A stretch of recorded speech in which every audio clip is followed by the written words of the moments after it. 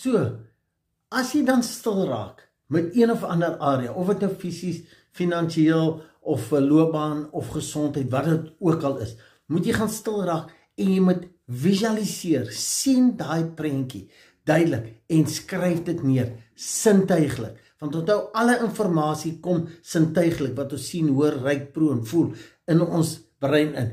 En dit word ons realiteit. Dit is ons onderbewussyn waar volgens ons reageer. So gaan skryf, daai afgehandelde droom, wat jy nog nie in die fisiese sien nie, gaan skryf neer, wat sien ek? Asof dit reeds is, nie in die toekoms nie, jy skryf dit neer asof dit klaar so is. Wat hoor ek? Wat sê mense? Asof dit reeds so is. Wat voel ek? Hoe voel ek? Opgewonde, asof dit reeds so is.